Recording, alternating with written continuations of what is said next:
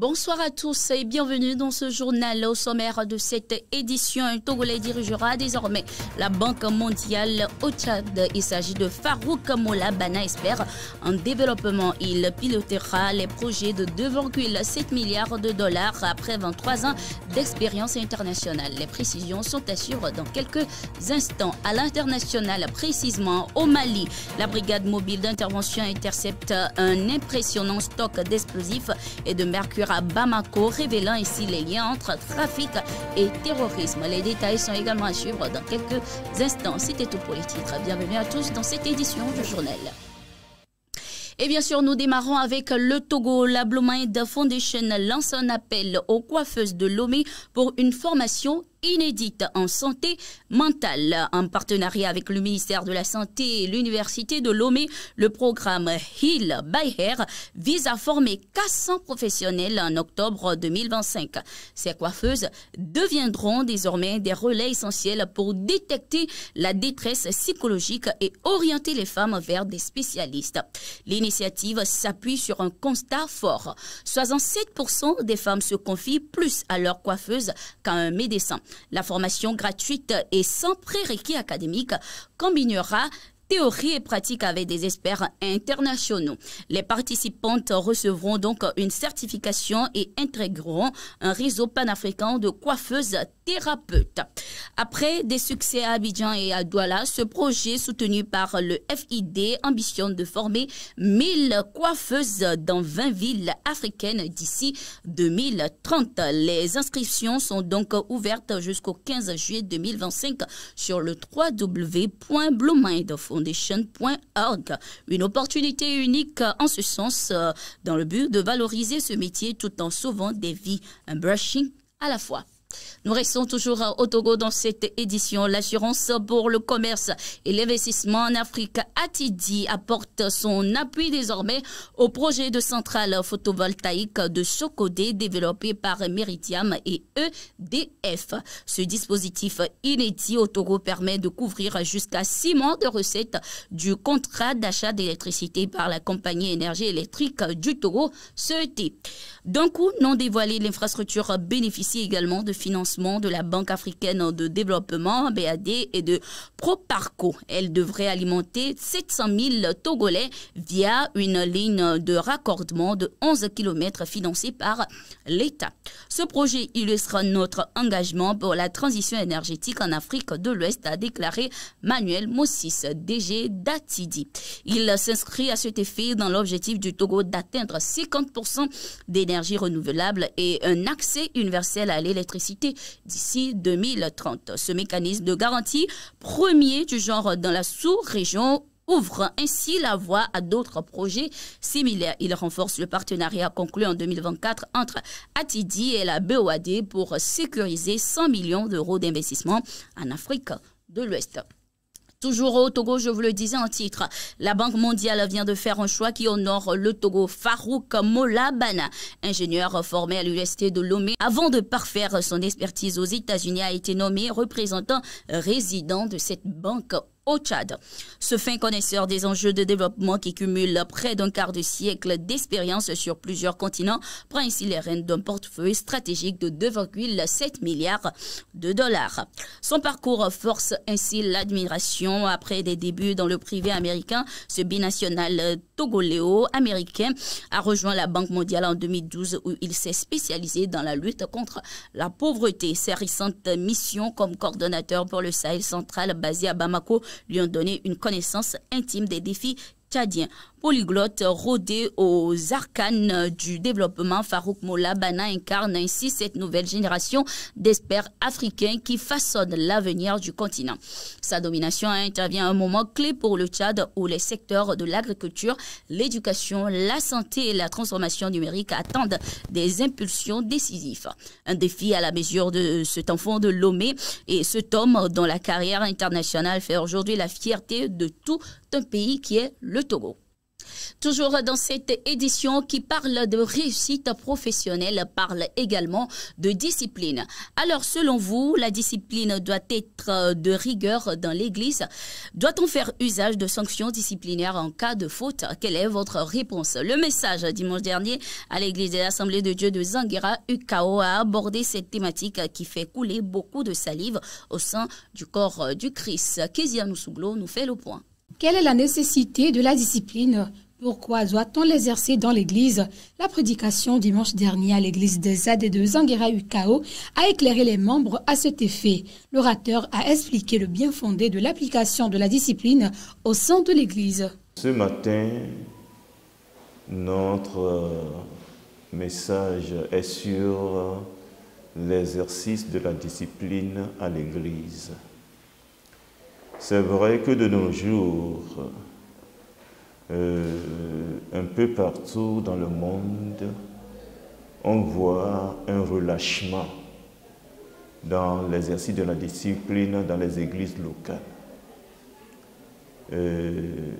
Mais nous devons convenir que cela n'est pas la volonté de Dieu. Il faut quand même que de temps en temps, le peuple de Dieu soit enseigné sur ce thème très important et comprenne qu'en fait, la discipline n'est pas pour leur faire du mal, mais plutôt pour les aider à marcher conformément à la volonté de Dieu. Par ce message, les membres ont compris l'importance de la discipline dans l'Église. Loin de leur faire du mal, cette rigueur les édifie.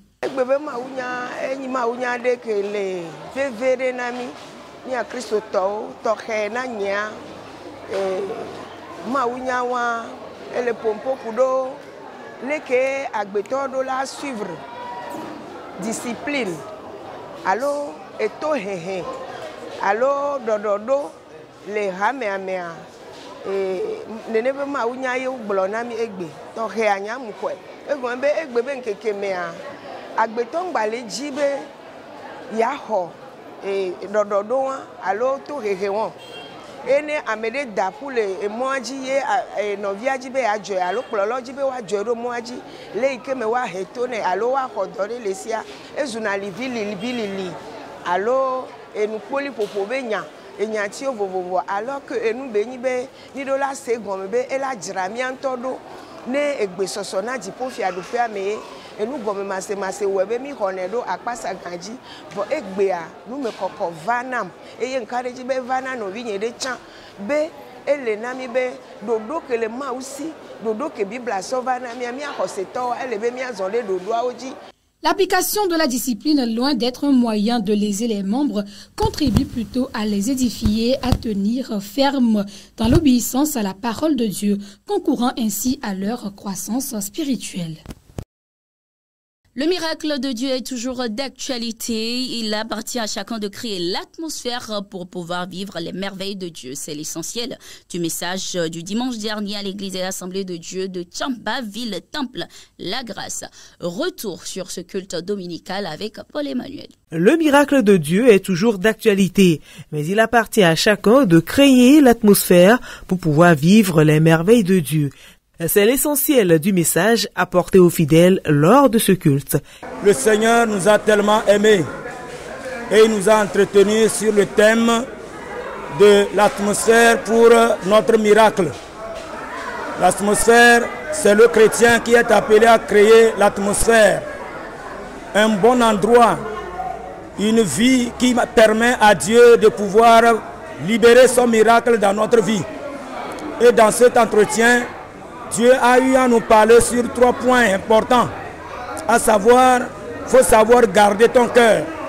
Quand le cœur n'est pas gardé, le miracle ne peut pas se produire, mais ça serait autre chose. Nous sommes appelés et encouragés à garder notre cœur de manière que ce qui détruit nous puisse intégrer. Et Dieu nous demande également dans son message à pouvoir être déterminés. Dieu nous encourage ce matin. Nous sommes nos propres miracles. Nous devons savoir que le miracle ne viendra d'ailleurs. On n'a pas besoin d'aller loin pour chercher le miracle dans ta maison. Si l'atmosphère est bonne, Dieu enverra ton miracle. Quel que soit le problème, crée une bonne atmosphère et le miracle arrivera. Et tu proclameras la gloire de l'Éternel et sa seigneurie aussi serait vraiment manifestée. Une fois encore, peuple de Dieu, demeurez bénis et que cette parole vous accompagne et soit en mesure de porter chair et que nous vivons au jour le jour des miracles de Dieu. Dieu qui n'a pas changé et qui aussi n'a pas cessé de faire son miracle tel qu'il a promis dans sa parole. Une fois encore, soyez richement bénis et que la grâce de Dieu nous accompagne et demeure avec nous et que nous vivons nos miracles et témoigner à la gloire du Seigneur. La gloire du Seigneur s'est manifestée au cours de cette rencontre et le message du jour n'a laissé personne indifférent. Ce matin, nous sommes très fiers et contents d'écouter cette parole de la grâce de l'Éternel. Parce que Dieu n'essaie jamais de faire des merveilles dans la vie des enfants de Dieu. Chaque jour, le Seigneur nous renouvelle notre force et nous allons marcher avec lui et vivre avec lui, se réjouir de sa puissance, qui est la puissance de l'Éternel et qui a la victoire de Dieu et qui soutient toujours les enfants de Dieu. Avec l'intégrité, nous allons nous conquérir ce qui est pour nous et ce que le Seigneur donne pour ses enfants.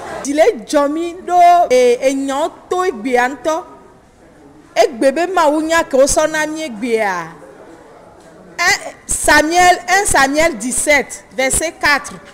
Et nous tous les messoubans et la dramia pas gboro et la be mawa nous sento benye et la bebe nyasia nyasike bo e do egbea e do jijonami ne oso ebe nyachi oso do susumea o e onto la po wa gbe onto la po nu la trole wa gbe me egbe chamba ejile jomi dès que j'y vais à Vamia gbo le chamba egbea kudo enseignement chaque to egbea e do jijonami to kela Samuel ta ke da nyong na rona loro lobe ngol hola se nanza hola se lobe ele bere ba don don bele uni se tabuwe ta krisubia to dang se ma eso de mama china da so ele ro jola bele na ye disma eso le ma za hom disma eso langi dokunu jamia yoyo manaze eso de mama china ranwa go sono na da krisubia sono tinyino ti kongna tam de kabandera ne sore ko daze e de mama china ele de wezin jawda ti se no ya eya de lona da ndendende roke eya jolo roke se palawa adama de beli nari weroli mo ke no mayu eso de mama chi ele eso de mama chi were resda were no munde were de karna yo were de banda de de sang eso ne bi nyino eso ro mama ro cholo eso le ele were jolo e de mama chi na ra no ne be ruse da ja heru tan gon gidese tu kon tam to kaband da ne sore ko da esi halo samari ta halo ne e ko no tam to kaband ke ene so ba ko da esi David ga ko no tam to kaband ene so ba ko da na ala tin do ni si gole ta ga sin esin dale amma be la ke da eso se eso we ni sama masaya e wa dong ne ekel David da so yo e wa na ba to David da sin da na tam to ga we e ko no to kaband ene so ba ko da e to kuna eso la nge ele eso ga ye bana e bu sin e wa Goliath we ni e ko yan ekel bu yo e ko yan ekel David yo.